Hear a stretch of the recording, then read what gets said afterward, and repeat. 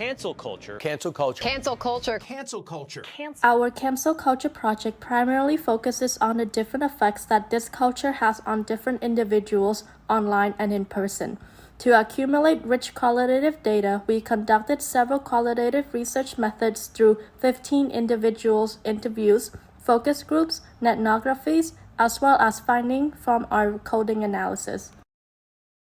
Like a video game for narcissists, where everybody in the game starts with, say, 100 points, and you win points by going around and attacking other people's reputations, just destroying them, and demanding that other people hate on those people too, and wreck their livelihood and ruin their relationships, and that you win because that makes you look important in the eyes of other narcissists who get their narcissistic supply by destroying. Our interviews, some of the main questions we asked include, in your opinion, can you describe what cancel culture is?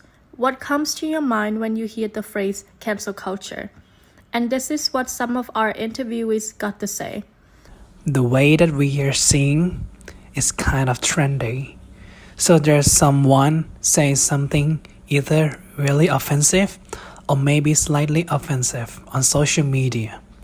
Everybody jumps on the bandwagon of being like, oh, we don't do this anymore. We hate this person now because they said this. I am elder millennial, and the phrase is relatively recent to me. The phrase means when someone practices withdrawing, supporting from canceling public figure and companies after they have done or say something considered objective or offensive. Who are the cancelers? Through our research, we found that this group of particular participants believe that the victims did something wrong in a way that is contradicting their beliefs, and so they must take action to call out the victims. A subgroup of this type would be those who are following the trend of cancel. Term like mob mentality. And just how one person starts to think and behave a certain way and it just sort of spreads amongst the group. I think sometimes what we're seeing people holding others to a level of accountability, like To end. But the past is relevant with you with underage girls. Absolutely no, it's not. Fair. I think I'm we sorry. can always hold our I'm sorry. You're also putting a hierarchy over who can be offended. Now I'm offended. One of the most controversial roles would be the victims. They can be anyone with no online followings, to celebrities, politicians, to even brands. There are several ways that someone can become a target. They may have intentions in sparking up controversial actions and words that causes an online uproar, hence leading to their canceling. An example of this would be the recent Kanye meltdown and Balenciaga campaign scandal. While these type of people display their actions with intentions, there are others out there who are unfairly canceled without any real causes. An example of this is Rebecca Black. Remember her? Yes, her. She was canceled at just 13 years old for putting out the song Friday with her friends for her birthday, and she was viciously attacked for months. Last but not least, victims can also be those who were dragged into a recent drama that technically no longer involved them. An example of this is Miss Julia Fox, who briefly dated Kanye West, is being dragged into his meltdown because of just that association they had. The last identified role is the bystander. Through our research, we found that this is the most common role, as many of our interviewees identified themselves as a bystander. These participants would not take action in canceling someone or publicly express their support of the victim unless they are passionate about the topic or are personally offended by the topic. Then they transition to become a canceller. Their main activities consist of spectating on various online platforms and may or may not bring the topic up among their close friend groups, but will not take an active, direct approach, as their main concern is to not draw attention to themselves for expressing their opinions on the matter, as fear of being the victim sets in. I'm kind of a little hesitant, so even if I see or hear a controversial issue, I won't be able posting story or over my social media. I rather keep it to myself and stay quiet rather than create more problems. Toxic thing that people are doing. Duh. Hey, If you do anything wrong in your life, looking for people that are bad and looking for things that are wrong, and I find out about it, I'm going to try to take everything away from you. it's very toxic. People that talk about cancel culture never seem to shut the Cancel up. culture as a trend can seem to do more damages than good, but this assumption is subjective and will vary from person to person. But what if that is true? We have found many examples online and from our interviews and focus groups where the majority view cancel culture as a toxic trend, in many cases shouldn't have happened, or is blown out of proportion when fueled by bored or offended social media users. Consequences of cancel culture on the negative side, it sets limitations on the freedom of speech of different individuals and impacts the mental state of bystanders, cancelers, and victims.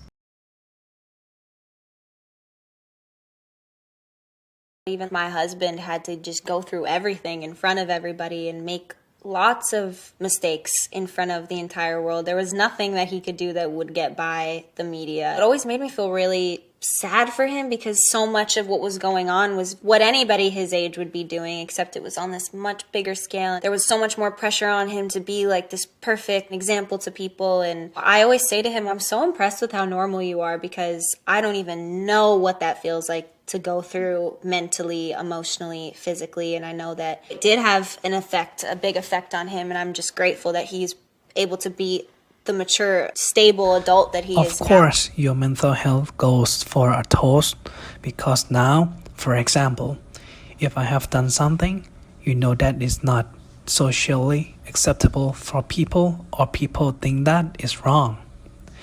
And there are so many people against it, it can impact my mental health.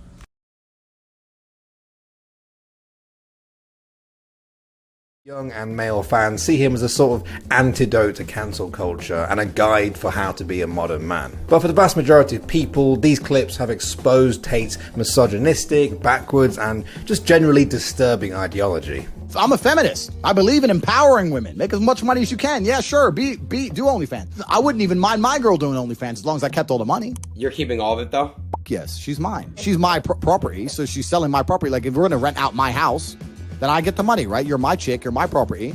You're gonna sell pictures of my property. Cool, where's my money? Participants discuss how the American First Amendment, which protects our rights to freely express ourselves, is no longer visible in this trend.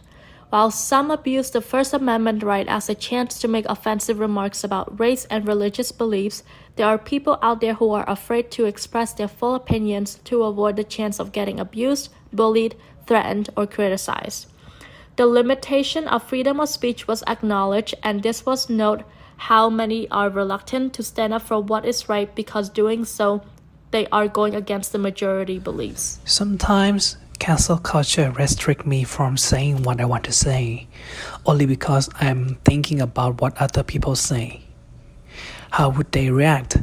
They could be overreacting just because they don't get it. My view is that when freedom of speech is abused, a cancel culture develops. This culture could be something you quickly buy, a particularly political movement, a business, or an event. You happen to make someone accept this under pressure. Therefore, there are many well-known celebrities in this scenario. One is Donald Trump in particular.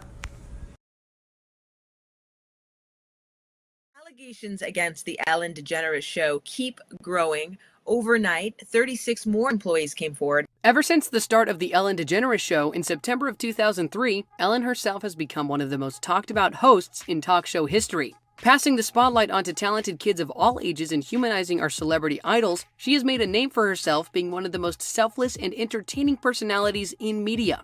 Over the past few years, however, rumors have started to surface about Ellen and how she really treats those around her. More recently, even her show has been said to have a dark underbelly. So the fundamental question is, can cancel culture be effective? And the answer is yes. Our research demonstrates that cancel culture offers tremendous effects such as giving power to various minorities, holding people accountable, promoting awareness, initiating legal action, and offering suitable advantages for those seeking justice. In our research, we discovered that cancel culture was effective in keeping people accountable for their words and actions to some level. With the cancel culture trend quickly spreading, it enables for quick and widespread knowledge of the stories, and people can come together on social media to shed light on the matter. Our findings conclude that the highest achievement of cancel culture usually results in legal actions and holding the wrongdoers against the Ellen DeGeneres show keep growing. Overnight, 36 more employees came forward. Ever since the start of the Ellen DeGeneres show in September of 2003, Ellen herself has become one of the most talked about hosts in talk show history. Passing the spotlight onto talented kids of all ages and humanizing our celebrity idols, she has made a name for herself being one of the most selfless and entertaining personalities in media. Over the past few years, however, rumors have started to surface about Ellen and how she really treats those around her. More recently, even her show has been said to have a dark underbelly.